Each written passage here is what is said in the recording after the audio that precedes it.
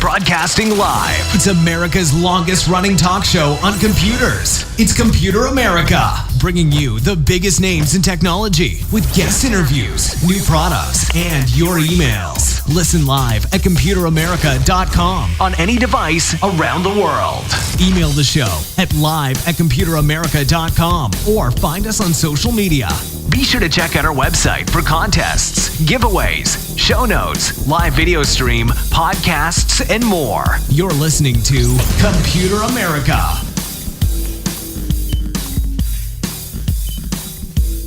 Hello and welcome into the Computer America Show. We are the nation's longest running, nationally syndicated radio talk show on computers and technology. Thank you for joining us. I'm your host, Ben Crossman, and I hope all of you are having a wonderful day because we have a wonderful show planned for you where in the second part of the show, we will be doing computer and technology news, which is our segment to help you kind of stay up to date, stay informed with everything that's happening in the tech world. And in the first part of the show, as we normally do, we have a guest, but I'm happy to say that this is the first time this particular guest is joining us, I believe, and I think it's going to be a lot of fun. So joining us today on the program is a company called CopyTrack.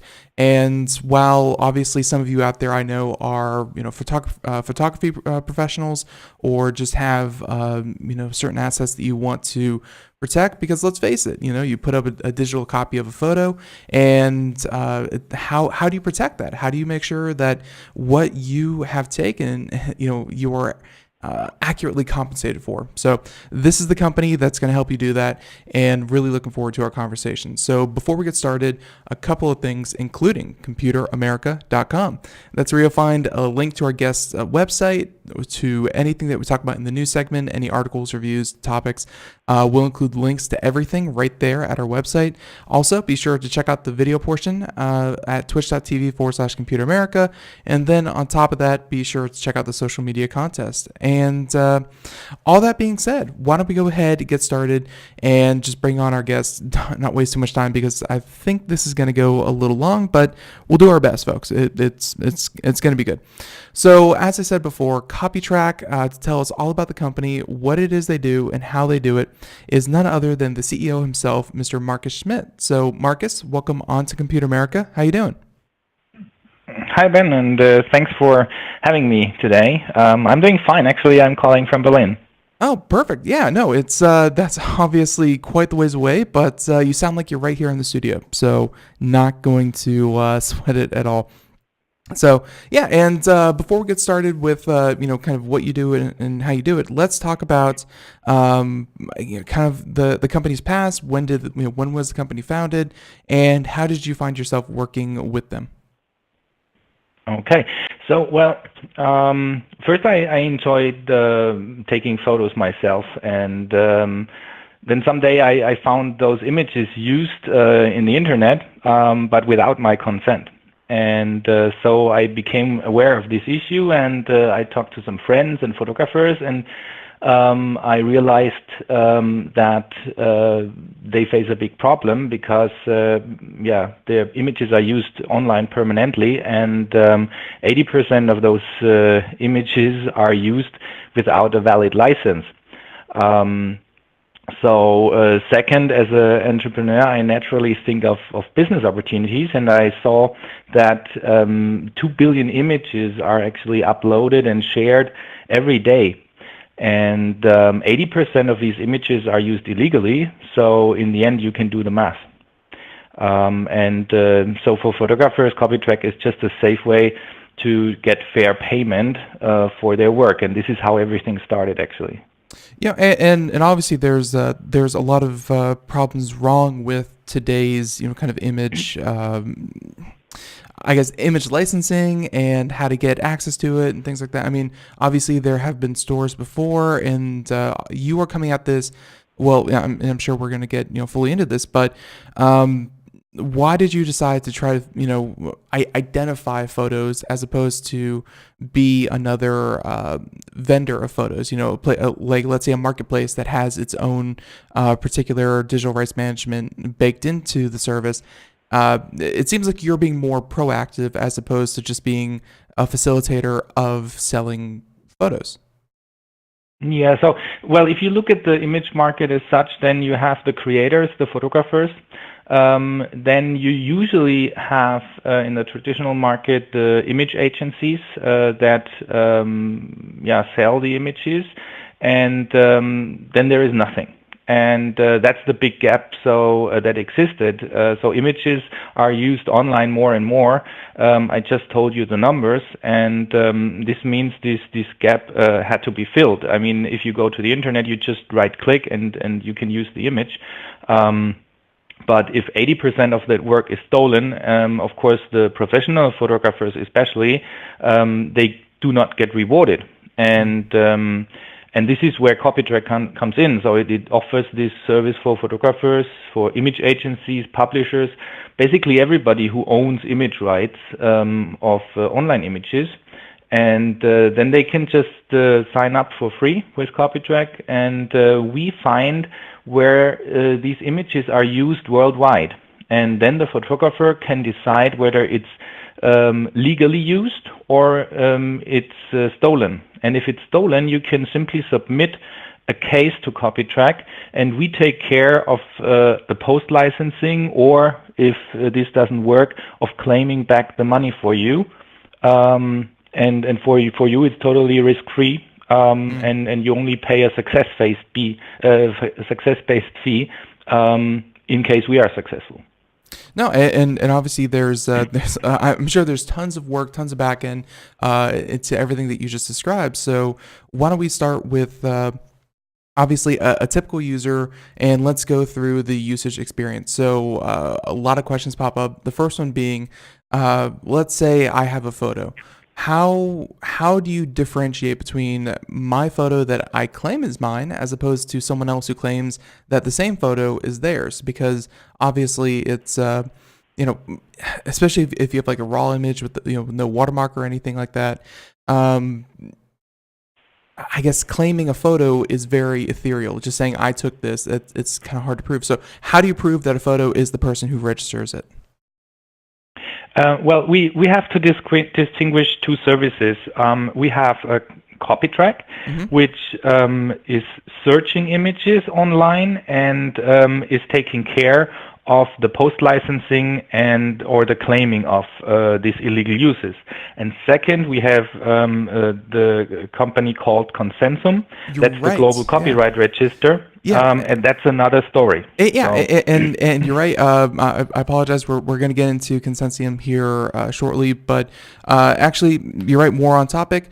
You say that you go out, you look for the images, and you identify them and say, "Hey, did you get the license for this, or did you not?"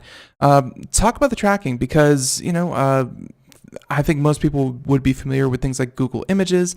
Is this simply a reverse image search, or do you have some kind of algorithm that is a bit more in depth? I mean, the internet is a big place. How do you I guess is the question.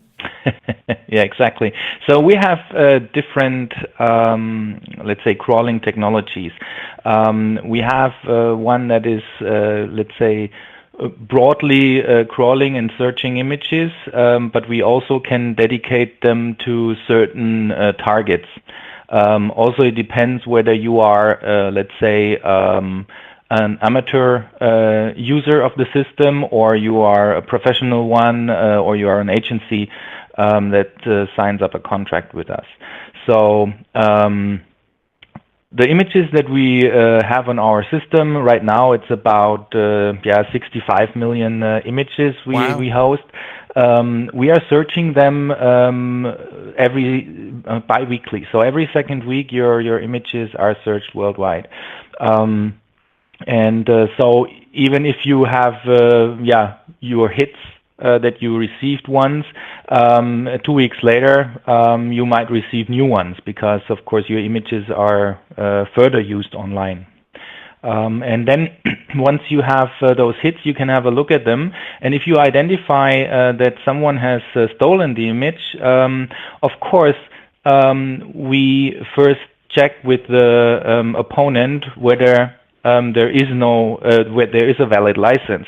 So just to avoid, this confrontation, it's a very friendly approach where we say, hey, we found that you use this image. It belongs to one of our clients. Could you provide a valid license? If so, please upload it. And then if not, of course, we follow up and offer a friendly post-licensing, which is also a fair approach before we would go and claim the money. So the first thing that leaps to mind is, of course, it's right here on your website. You've won cases in 83 countries. I mean, in a lot of cases, I've seen organizations just kind of be like, hey, this happened in XYZ country, and really we don't have a jurisdiction there, or it's more hassle than it's worth. You must really be, I guess, I think a lot of other services would say, well, they're in that country, so we won't even bother. You're not taking that approach. I mean, obviously, are there countries that are, kind of more helpful in helping people take their images back as opposed to others? Where would you say, and this is of course just anecdotal, where would you say is kind of the best place to, or I'm sorry, the easiest place to recover your photos from? Well, of course, it's quite a broad approach that we take, but that's also why CopyTrack is let's say, leading the market there. We offer this service worldwide, and naturally there are countries where it makes no sense at all to follow up. And that's exactly what we tell our users as well. If they upload an image or they submit a claim, let's say in Uganda, where it does not make any sense, then we will just tell them right away in the system, sorry, in this country, the possibility of being so successful is close to zero. Right. So we will not accept this case. In other countries, we are very successful with our first step, the post-licensing approach. For example, in Germany, we have almost 40% of the cases are successfully closed with a post-licensing, and only in the other cases we have to go further and take some legal steps. And in other countries, like in the US, for example, most of the time we settle before it will go to court, because as you probably know, going to court in the US is insanely expensive. So every country has its specialties, and that's exactly what we are strong in, knowing these legal systems of so many countries. Right, and obviously the point at which you alert someone that, hey, your photo is potentially stolen, to them saying, all right, CopyTrack, go get them. How long would you say in most cases? Is it a 2-week process? Is it a month? I mean, how long is it from any kind of resolution from? And you could just be kind of general about this, but how long from resolution or problem to resolution? Yeah, well, I mean, I think our quickest post-licensing was 10 minutes from. It's pretty good. It's pretty good. Yeah, that's actually, let's say, our record, our internal one. But I mean, if we talk about post-licensing, then we are usually in an area of 4 to 6 or 8 weeks. Because we send out a notification and we send out a reminder. We have to discuss a little bit in some cases. So it's 4 to 6 or 8 weeks. If we are not successful in post-licensing and it goes to a commercial collection, another I would say 6 weeks or 8 weeks are added. And the legal process, to be honest, can easily take anything from 3 to 10, 12 months. Which and of course, all that being said, that's why I would assume like that's the huge value proposition of CopyTrack is that the end user doesn't have to take that that long of a time. I guess you're handling all that, so yeah. Exactly. So once you have submitted this case, you don't have to take care about it anymore. We take care of that, and also you are 100% risk-free. So if we take on the case and we are convinced that we can be successful, even if you would lose in a court case, CopyTrack bears the costs. I gotcha. Very, very cool. And, and we're looking at some of the other, kind of highlights of your technology that you use. And one of them that is pretty interesting, because I feel like if I took a gorgeous photo, the best photo you've ever seen, and it was picked up by multiple websites, and it was, it was distributed and maybe even sold itself by another service, then as someone who's maybe just an amateur or doesn't really know the true value of these kinds of things, you have here an automated calculation of damages. And while that's going to be general, I guess, is that something that you do kind of before, say, it's like your image was stolen, here's how much you could potentially make? Like, how do you, I guess, kind of be upfront about with your customers about any kind of possible compensation that they could receive? Yeah, well, also the value that we calculate for you beforehand, it used to be based on a table, a calculation table. However, that changed during the past years, and more the courts require a licensing practice, which means the photographer has to prove for how much money he actually sells images usually. Mm-hmm. If you can do that, and for example, you sell your photos for, let's say, $2,000 US per photo, then you could actually claim that or much more as long as the damage is concerned. However, if you usually sell it for $100, then you can't claim that much more. Also depending on the country. So, for example, in the US, you can claim more. In Germany, they stick very close to this licensing practice. So, again, you have to know the legal system in the countries. I gotcha. And of course, I'm sure that you have that right there. So obviously there's a lot to navigate here, and you are, I guess, providing as much information as you can to the end user. And one more time, the payment plan for this, and we're going to talk about the whole consensium thing here in just a minute. Consensum. But how you mentioned that you get a cut if you're successful, then CopyTrack gets their cut. But is there any kind of upfront fee, or is this all, hey, if we're successful, then you're good to go? Yeah. So actually every photographer can use our service for free. There is no monthly payment or upfront payment.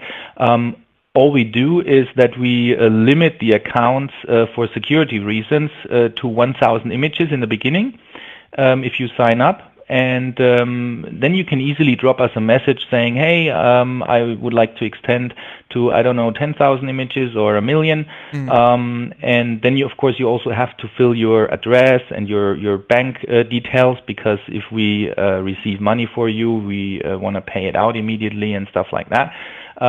But yeah, so there is no basic fee. Only in case we successfully recover a license fee for you, then we keep a certain cut, which is 30% in case of a post-licensing, and if we have to go legal steps, we keep 50%.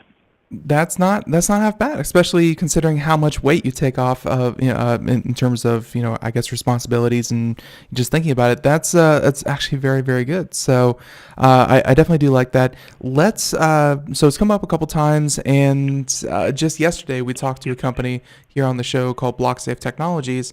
Actually, it wasn't yesterday; it was a couple days ago. But BlockSafe Technologies where they were doing everything with the blockchain. And so I'm going to direct everyone there if they are, kind of interested on how blockchains in general work.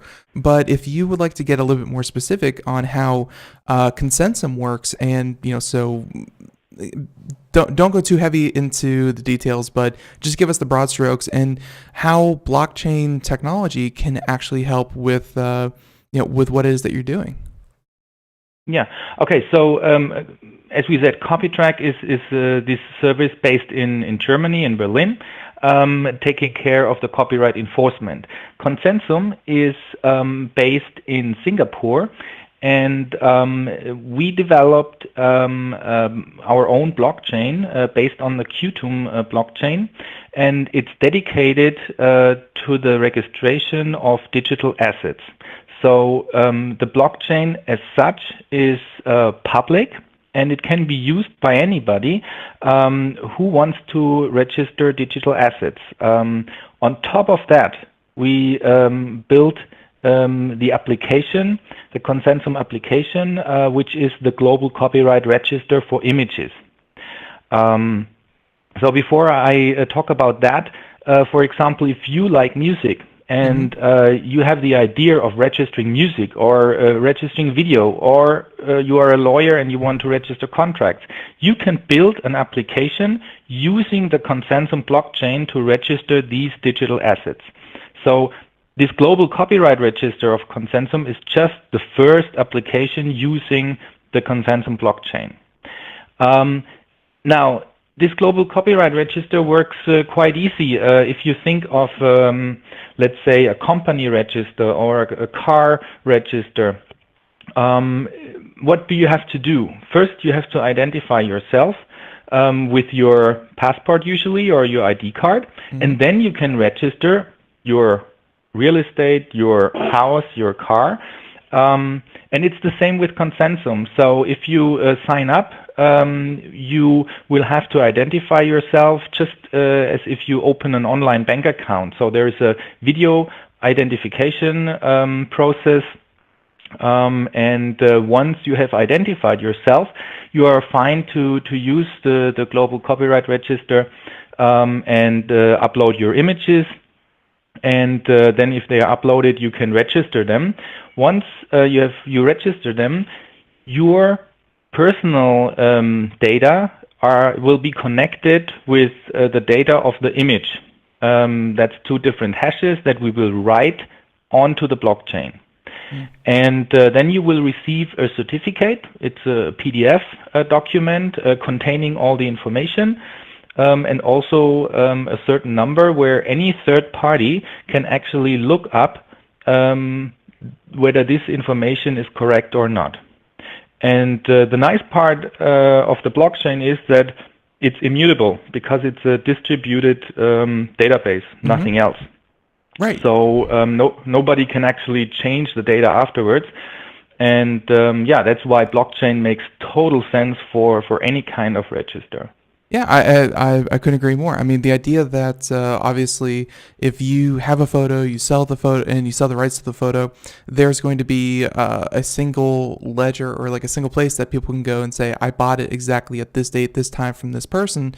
And it's not even like a file that you have to request, but everyone with access to it is going to be able to look at the blockchain and go, oh yeah, you're right. It's right there in plain sight. So obviously transferring a license can get a little hairy. I mean, I don't know how often it might happen, but if a photographer sells, license to an image multiple times, even though it's like an exclusive thing, that can certainly cause problems. But yeah, you're right. That does make perfect sense.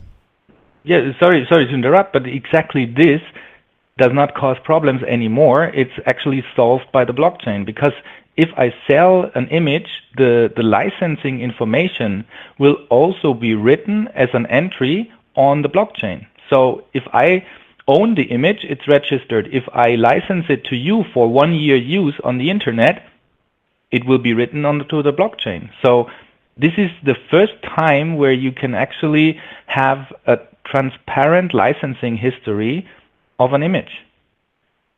So that's exactly what it solves. And if you, I mean, in the U.S. you have the copyright register for the U.S. Worldwide, there's only 17 countries having a copyright register, out of which 5 countries only are relevant. And I mean, if you register an image with a copyright office in the U.S., it's fine, but I mean, the world is a bit bigger than only the U.S. And it made sense in the times where there was no internet and you registered images, let's say, within the U.S.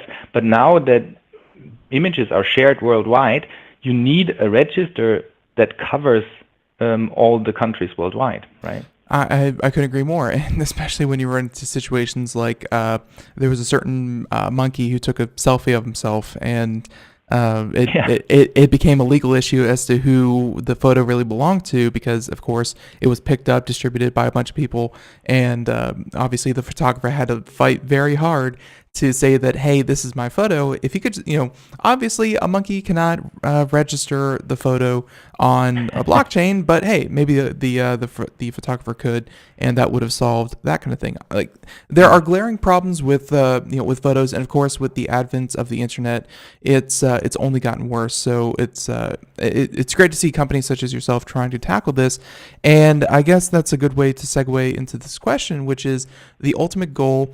Do you believe that anyone trying to either protect their images or eventually monetize their images, do you believe that something like Consensum is like the end game, or do you believe this is going to be automated or in some fashion? I mean, what is the goal of kind of partnering with Consensum?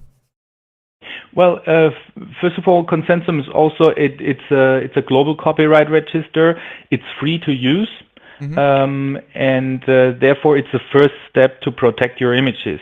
The nice part is that Consensum has already an integrated connection to CopyTrack. So whenever you register an image with Consensum, it will automatically be tracked, and it will show you how many findings we have, and you can directly link to an account at CopyTrack. So since we track every 2 weeks all our images, I mean, the end game, as you call it, would actually be that you don't have to sell your images anymore, because we will find them anyway. So we can always post-license them. However, this will of course not happen that fast. So I think we got we did a pretty good step with protecting the copyright, with uncovering the illegal use, and the next step will be that we offer a smart contract based marketplace, which means that you can directly sell your images as a photographer to the end user, and you will have a much bigger margin on your images than you used to have. That's very, very cool. And then talk about the interplay, I guess, that would work in here between CopyTrack and Consensum. I see even there, for everyone out there watching the video portion, we have the Consensum site. We just had the CopyTrack site. Now we have and your logo's actually there. So I don't know if they listed you there as some sort of partner, or if it's just a large entity that actually uses their system. But what's the interplay between your two companies? Well, CopyTrack is a legal entity based in Germany, and Consensum is a legal entity based in Singapore. The reason why it's separated, there are many of reasons. We will turn Consensum actually in an NGO, in a foundation, in the short term. Because we believe that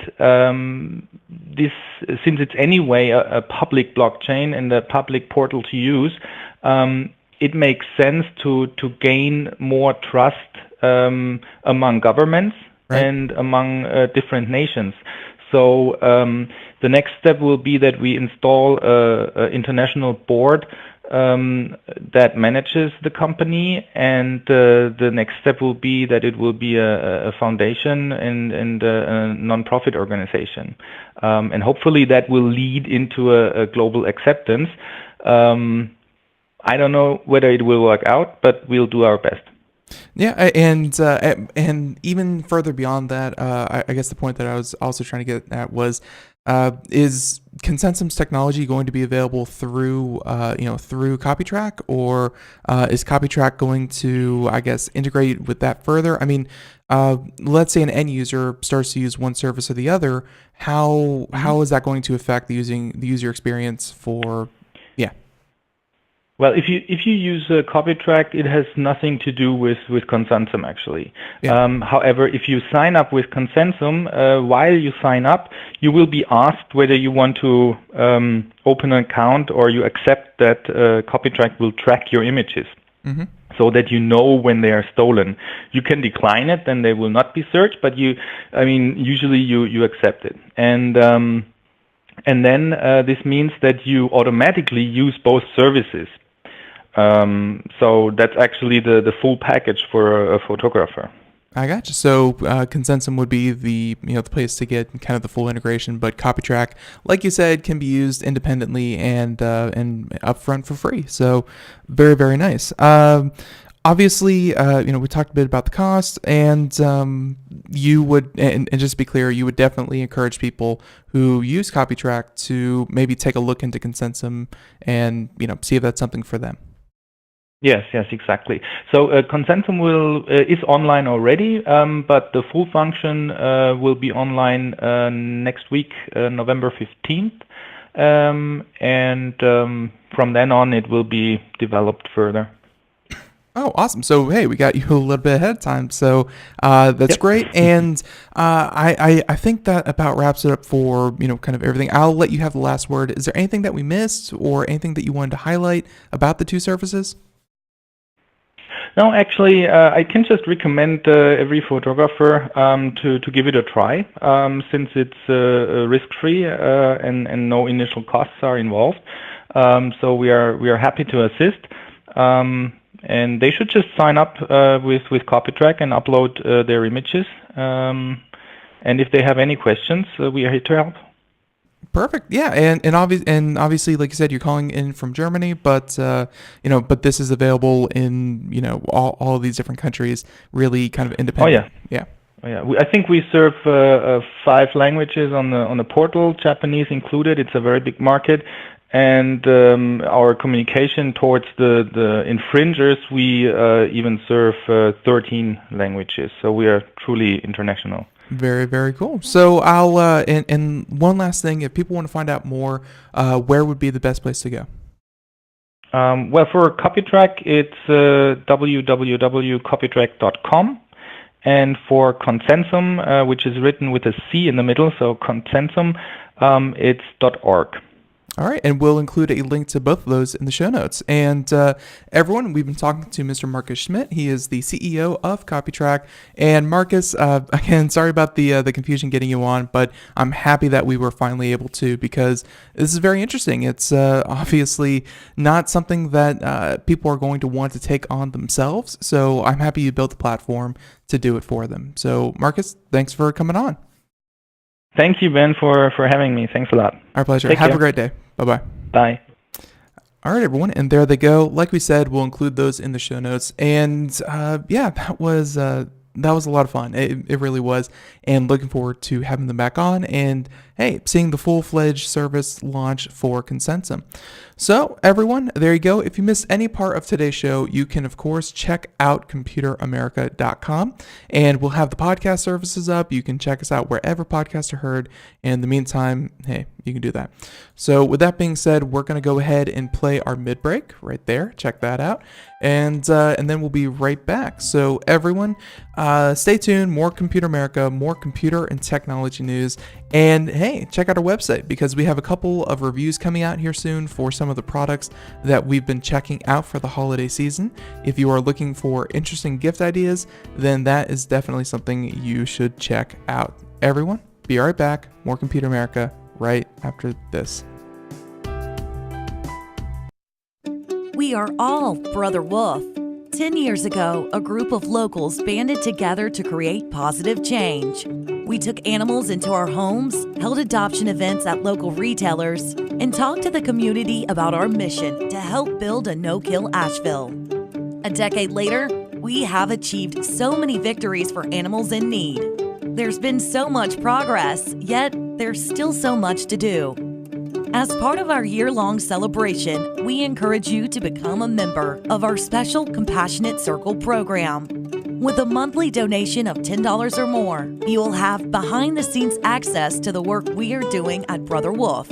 Our goal is to reach 1,000 members because we receive no government funding. Working together, we can help build and sustain no-kill communities. Learn more at compassionatecircle.bwar.org. We are a 501c3 tax-deductible organization.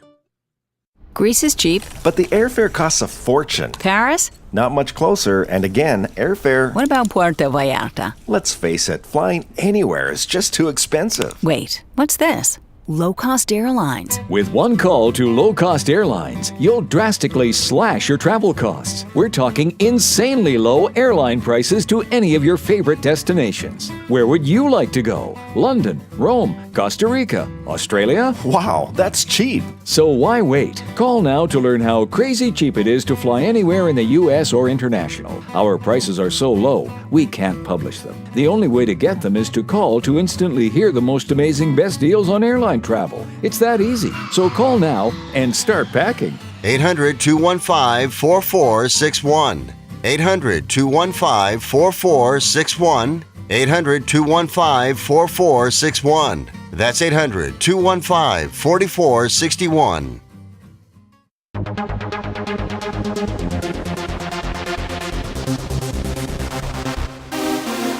Welcome back to the Computer America Show. It is 32 minutes past the hour as we continue on here.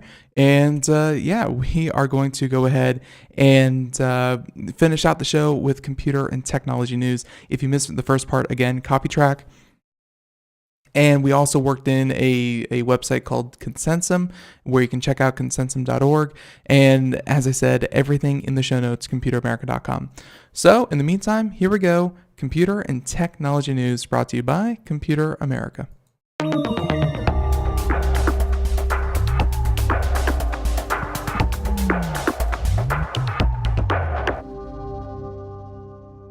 So today for our computer and technology news, I think our first story is going to be none other than, let me see if we can pull this over here. And all right, so for today, our first story, a lot of good ones. How about this one? This one really caught my eye because obviously, Memorial Day just happened, and of course, everyone's thinking about veterans and past wars, and of course, there was the 100th anniversary of the end of World War I. A lot of renewed interest in that, and that's why I wanted to bring to people's attention this particular project that I guess was kind of a passion project for Peter Jackson. So Peter Jackson, you know him, he's a very famous director. He decided to try to restore as best he could old actual footage of World War I, which you can imagine is very scarce. Obviously not a lot of footage existing from 100 years ago, let alone in a war zone. And then on top of that, he did a lot of extra effort. So this article from Mariella Moon over at Engadget, and you should at least be aware of this maybe, and if you see it in theaters, go check it out, because I think this is going to be one of the best ways to actually see with your own eyes some of the conditions of World War I. So Peter Jackson's critically acclaimed World War I documentary, They Shall Not Grow Old, is slated to hit select theaters in the U.S. this December.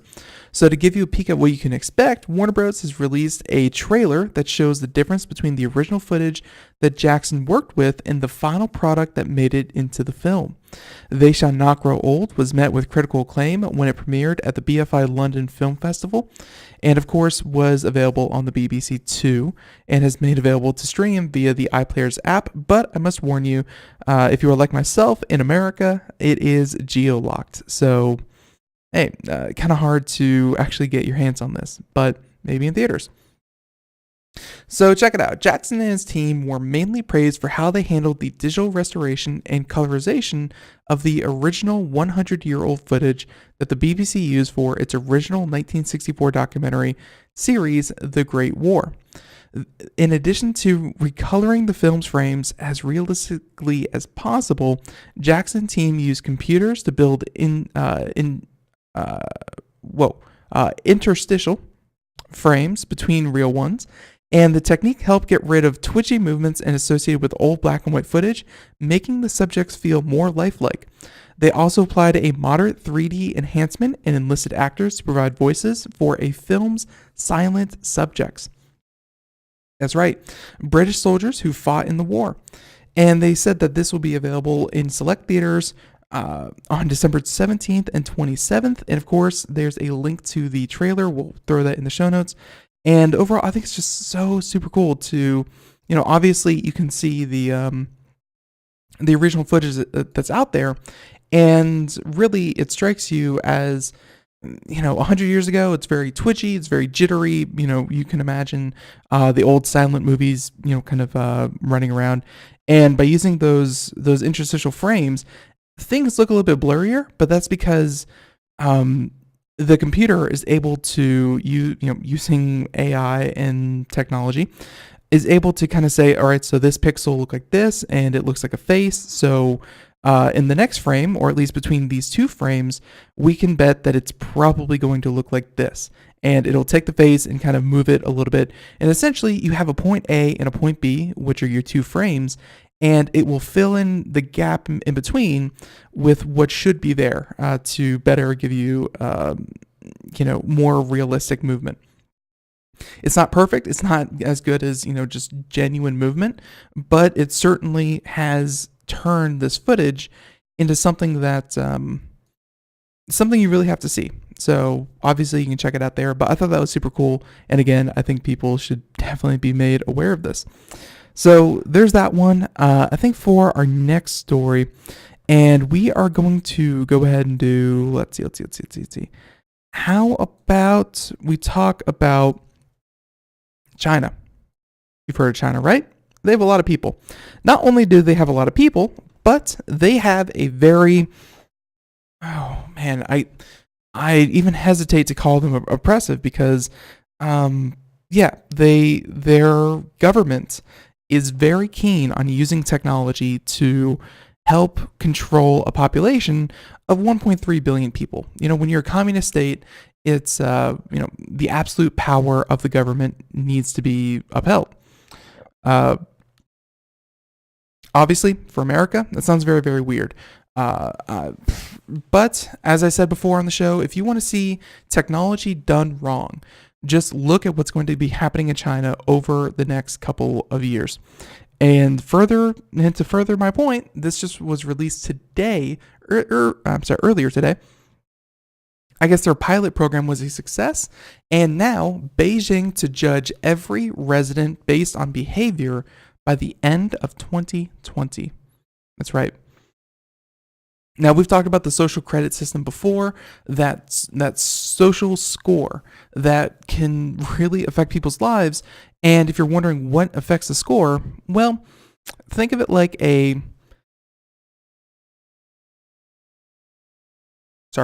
Think of it like a credit rating, except where credit rating can only be used, for your past purchases, if you pay your bills on time, if you are, timely and you have lots of credit depth and things like that. We'll apply that to every aspect of your life. And that score is curated by the government, where the government then decides, are you speaking ill of the regime? Are you are you friends with people who speak ill of the government? Are you, of course, paying your bills on time and things like that? But all kinds of things kind of move in. And then, of course, if your social credit score falls too low, then what do you know? You are banned from a couple of things. You could be denied for home loans. You could be denied for a car loan. You could be denied for passports to leave the country on vacation. You could be restricted to essentially toil away without any possibility to improve that until the government deems that you have changed your ways and your score goes back up. And really, if you take away a lot of those, like again, things like home and a car and moving on with your life, imagine if you're young, if you're a protester, and you tank your social credit score in your teens. You're not going to be able to find, you're not going to be able to find a spouse because they're not going to want to associate with you because of your credit score. It's going to severely delay your ability to, buy a home. It's going to severely delay your probability of landing a good job, maybe even getting into a good college. I mean, this system is built up with the idea that if you are a good citizen, quote unquote, if you toe the line, if you keep your head down, then you have all the same possibilities as anyone else. But if you dare step out of line, well, that's where you end up with this idea that, it's just not going to go well for you. Now, the capital city will pull data from several departments to reward and punish some 22 million citizens based on their actions and reputations by the end of 2020, according to a plan on the Beijing municipal government website, saying that those with the so-called social credit score will get green channel benefits, while those who violate laws will find life more difficult. Yeah. So the Beijing project will improve blacklist systems so that they are deemed untrustworthy, will be unable to move even a single step, according to the government's plan. And they reported on the proposal Tuesday, while the report posted on the municipal government's website is dated July 18th. So they say this is an ambitious plan because obviously associating people not just with things like a social security number, but rather attributing every single action that someone takes to a social credit system is actually a huge surveillance logistics problem. They said that they rolled out the personal credit system earlier this year, rewarding pro-social behavior such as volunteer work and blood donations, while punishing those who violate traffic laws and charge under-the-table fees. And by the end of May, people with bad credit in China have been blocked from booking more than 11 million flights and 4 million high-speed train trips. And that's according to the National Development and Reform Commission. The fact that they even have a reform commission, it's still weird. This whole thing is weird. Don't get me wrong. I know I'm talking about it like it's completely normal. No, this is, at least for me, extremely weird. So this is not by me. Not even weird, but downright oppressive. So the tracking of individual behavior in China has become easier as economic life moves online, with apps such as Tencent's WeChat and Ant Financial's Alipay, a central node for making payments, getting loans, and organizing transportation. Accounts are generally linked to mobile phone numbers, which in turn require government IDs. Yep, that's a fun fact. A lot of accounts over there, they are associated with government IDs because they'll let you online, but much like in China with the, obviously they have essentially their own version of the internet over there with services and goods that are directly pointed to the Chinese market. That's why you don't see a lot of bleed over into, let's say US websites. But if you want to log on, if you want to make an account with, let's say, an online game, if you want to pay bills online, everything has to be associated with a government ID. So they're going to know exactly who you are, where you live, what you do, and yeah, there's really no getting around it. It's a lot of the privacy protections that we have in the United States are just non-existent in China, obviously. They said that the final versions of China's national social credit system remains uncertain, but as rules forcing social networks and internet providers to remove being anonymous get increasingly enforced and facial recognition systems become more popular with policing bodies, authorities are likely to find everyone from internet dissenters to train fare skippers easier to catch and punish than ever before. Like I said, this isn't even a political critique of China.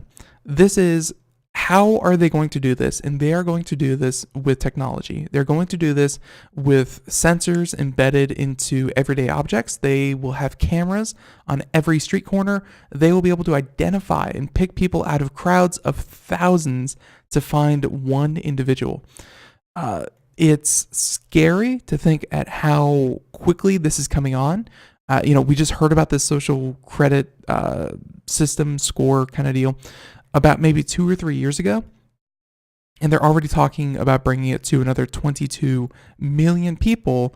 And you can be sure it's going to be in all the different cities in China. And then it's going to move even beyond that to probably every citizen within China. Technology, facial recognition, AI, constant surveillance, and every other means of removing the distance between a person and what they say. Any idea that they have any kind of freedom of speech, any kind of idea that they have freedom of action, freedom to be anonymous, freedom to not have, really essentially half of our Bill of Rights. This is everything to prevent that they have those kinds of freedoms. So there you go. Again, I thought it was an interesting story, so definitely wanted to cover that one. A little bit scary, I know. And by the way, everyone, one more time, Computer America will not be on the air tomorrow or Friday. That will be Thanksgiving and the day after Thanksgiving, and then we will be back with an entire week of shows the following week. So starting next Monday, but Thursday, Friday, Thanksgiving, we always take those off. So the tradition continues, and we hope you don't miss us too much as we play some best of Computer Americas. Okay, let's see. We have time for maybe one, maybe two more stories. Didn't mean to close that one. Let's go ahead and talk about. All right, so this just happened today, actually just a matter of minutes ago. And Amazon, you've heard of them. Speaking about stripping the ability to be anonymous, let's go ahead and talk about Amazon blames technical error for exposing customer information. That's right. Names and email addresses of Amazon customers were exposed. Full stop. That's what happened. And yeah, they said that Amazon is sending out notices saying, sorry that we exposed your email address. Seems likely related to to another article they have here, saying that besides the brevity, what's giving people pause is that they signed the email with So let's see. Actually, this is a tweet with obviously some bunch of links that don't work. So let's go ahead and say that Amazon leaked people's names and email addresses. Now, the exposure does not appear to be the result of a breach of Amazon's website or systems, and the amount of information exposed appears to be minimal, but the situation is still far from ideal. It's not clear if anyone accessed the exposed usernames and email addresses. If the information was scraped from Amazon by malicious parties, the leaked email addresses could be used to launch phishing attacks. And that's why this is important. Because odds are your email and your name are already out there in some form in one of these attacks, whether it was a major retailer, a fast food chain, a credit bureau. There have been so many hacks. At this point, it really doesn't matter. You have most likely been hacked. So, what does that mean? That means that while some people may say, well, if it's out there, I don't have to worry about it. I'll just be as safe as I can, change my password, blah, blah, blah. When these new attacks come out, or when these new breaches of data come out, they are very, very valuable because, yes, maybe 3 years ago, you were compromised in one of these hacks and your full name, address, email address, whatever, had been compromised. On the black market, that's not as valuable because that, in 3 years, people can change their email addresses. They can change a lot of their personal information and try to protect themselves once again. The more recent and the closer to the exposure that the data comes out, the more valuable it is, and the more likely someone is going to try to take that information and use it in phishing attacks or anything else. The freshness of the data definitely matters. So that's why this matters. If you happen to be one of these people that that Amazon will be emailing, definitely keep an eye out for any kind of trickery, and be sure to, of course, just be aware that you are now on plenty of lists for people who want to compromise your account.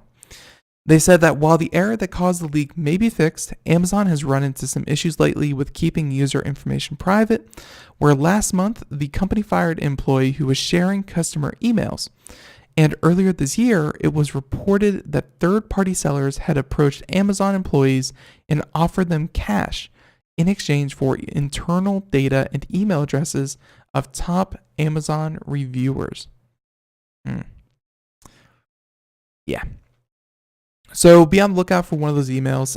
It looks like it's a pretty narrow in scope. Unfortunately, we wish that we could give you more information, but from all the different articles that I've seen, this one from Engadget, but from all the others as well, Amazon is being very tight-lipped about this.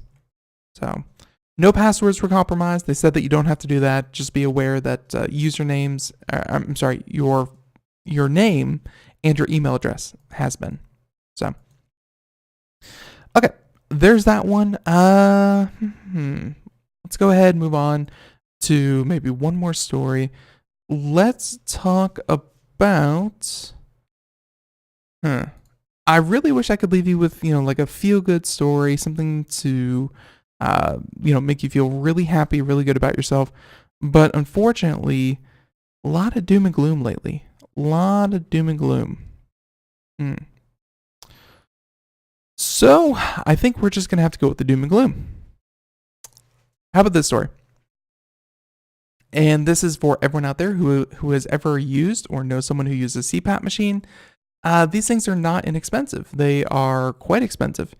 And this is an article from Ars Technica talking about, Ars Technica, you snooze, you lose. Insurers make the old adage literally true, saying that why insurers spy on sleep apnea sufferers via connected CPAP machines. Hey, it's data. Data's data. So this article is very, very, very in depth, and unfortunately won't be able to. You won't be able to get through all of it, but we'll hit the highlights. Saying that last March, Tony Schmitt, someone who suffers from sleep apnea, he discovered something unsettling about the machine that helps him breathe at night. And without his knowledge, it was spying on him. And they said that from his bedside, the device was tracking when he was using it and sending the information not just to his doctor, but to the maker of the machine, to the medical supply company that provided it, and to his health insurer. That's right. So Schmitt, an information technology specialist, was shocked, saying, "I had no idea they were sending my information across the wire." So, of course, he has sleep apnea, and he says that without it, he would wake up hundreds of times a night. Then, during the day, he'd nod off at work, sometimes driving, and even as he sat using the bathroom. Saying that he couldn't keep a job and he couldn't stay awake. Obviously, CPAP and anyone who suffers from sleep apnea, these things are really lifesavers. They turn what could be a constant strain on someone's life, and they actually help you breathe. So let's go ahead and skip down to the end, saying that without a CPAP, another user, a deputy manager at ProPublica, wakes up repeatedly through the night and snores so insufferably that he is banished to the living room couch, saying that his marriage depends on it. They prescribed him a new mask, an airflow setting for his machine, advanced OxyMed services. The medical supply company, approved by his insurer, sent him a modern machine that he plugged in, giving the company the ability to change the settings remotely if needed. That's right. Saying that, wait, you guys are using this to track my sleep, he said, to the company. And are you using it to deny me something my doctor says I need? And let's see. So obviously this is a conversation he had with his insurance company. He said that, but when the mask hadn't arrived a few days later, they said that that's when he got the surprise. His insurance company might not pay for the mask. And a customer service rep told him because he hadn't been using his machine enough. And on Tuesday night, you only used the mask for 3.5 hours. And on Monday night, you only used it for 3 hours. That's right. The insurance company refused to pay for the medical device that his doctor said he needed because he wasn't using it enough according to the machine. This is kind of related to what's going to be happening out there in China and what's going to be happening out there because, unfortunately, it's certainly a possibility that you can use the information that they are gathering and use it for any kind of purpose. And while personal data isn't supposed to be associated with anyone, because this is medical data, if anything else, the insurance company doesn't see it that way. So, yeah, and of course, the article goes into a bit more. But if you use a CPAP machine, be careful. Insurance companies are trying something tricky with this, and you should definitely keep an eye out. But everyone, that's about all the time we have here for today. I want to thank you so much for joining us here on Computer America. I want to thank CopyTrack for joining us on the program and having a great show. And hey, everyone, stay tuned for more Computer America Monday through Friday, 4 p.m. to 5 p.m. Eastern, every single day. You can check that out unless we have it off like we do Thursday. Everyone, have a great Turkey Day. Do something nice. Have fun this weekend. And be sure to check us out right here, same time, same place, Monday. So until then, bye everyone. Be good. Bye-bye.